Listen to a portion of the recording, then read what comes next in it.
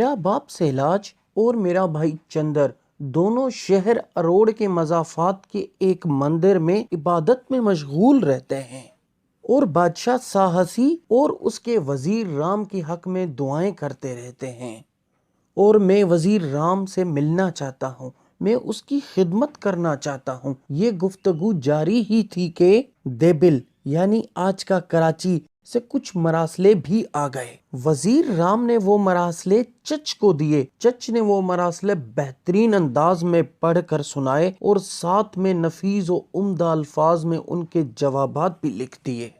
یہ دیکھ کر وزیر رام نے چچ کی خوش خطی اور علم اور دانائی کی بے حد تعریف کی اور اس کو اپنا نائب مقرر کر لیا۔ چچ اپنے کام سے اتنا منسلک ہو گیا کہ وہ دیوان رسائل یعنی وزیر مراسلات کے نام سے پکارا جانے لگا، اور چچ کی ایمانداری، سادگی، اپنے کام سے لگاؤ اور مہارت کی وجہ سے راجہ ساہسی دوم بھی چچ کی بہت عزت کرتا تھا۔ وزیر رام کی موجودگی میں بھی چچ سارا کام دیکھتا تھا۔ تھوڑے عرصے گزر جانے کے بعد وزیر رام کا انتقال ہو جاتا ہے۔ اس کے بعد راجہ رائے سہاسے دوم نے چچ کو بلا کر وزارت کی ساری ذمہ داری اس کے سپرد کر دی۔ ایک دن کسی ضروری کام سے چچ محل کے دروازے پر حاضر ہوا۔ اس وقت راجہ سہاسے دوم اپنی اہلیہ سوہن دیوی کے ساتھ حرم سرا میں موجود تھے۔ جب راجہ نے چچ کو اندر بلوایا تو رانی نے جب اس کی دلکش و صورت قد و قامت کی جھلک دیکھی تو اس پر عاشق و فدا ہو گئی۔ راجہ سہاسی دوم کی کوئی اولاد نہیں تھی۔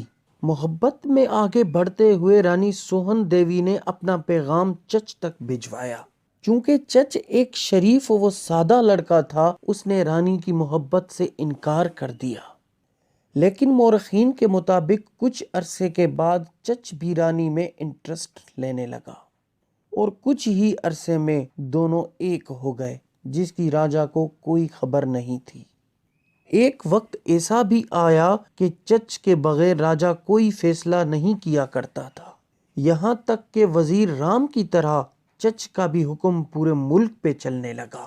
چچ کے وزیر بننے کے کچھ ہی عرصے بعد راجہ ساہسی دوم شدید بیمار ہو گیا۔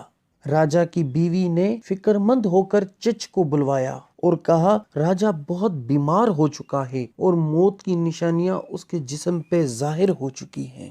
چونکہ راجہ کا کوئی بیٹا نہیں ہے، اس کے مرنے کے بعد اس کے عزیزوں و اقارب سلطنت پر قابض ہونے کے لیے کچھ بھی کر سکتے ہیں۔ پھر رانی سوہن دیوی نے چچ کو ایک مشورہ دیا جس پر چچ راضی ہو گیا۔ رانی نے چچ کو کہا، آپ راجہ کے نام سے مضبوط زنجیریں بنوا لو اور ان کو محل کے تہہ خانے میں پہنچوا دو۔ پھر جب راجہ کا آخری وقت آیا تو طبیب اٹھ کر جانے لگا، مگر رانی سوہن دیوی نے اسے روک دیا اور وہیں ٹھہرنے کا کہا اور اپنے اعتماد والوں کو بلوایا، اور پھر رانی کی طرف سے یہ حکم جاری ہوا کہ جو بھی راجہ کے عزیز و اقارب ہیں ان سے راجہ ملنا چاہتا ہے، لہٰذا وہ لوگ محل آ جائیں۔ جب راجہ کے عزیز و اقارب محل آئے، ان سب کو رانی نے اپنے فرما برداروں سے قید کروا لیا اور بعد میں ان سب کو قتل بھی کروا دیا۔ اسی طرح کوئی بھی ایسا باقی نہ رہا جو راجہ کی میراث کا دعویٰ کرتا ہو۔ اس کے اگلے ہی روز دربار میں سارے وزراء کی بیٹھک بلائی گئی، جس میں رانی سوہن دیوی نے پردے کے پیچھے رہ کر سب کو راجہ کا پیغام دیا کہ راجہ اپنی زندگی میں ہی چچ کو اپنا نائب مقرر کر رہے ہیں، کیونکہ میرے بعد رعایا میں کوئی بدنظمی نہ ہو۔ پھر سب نے اس پر اطاعت کی اور چچ کو بادشاہ بنایا گیا اور ساری وزارتوں پر نئے سرے سے اپنے خاص لوگوں کی تعیناتیاں کی گئیں۔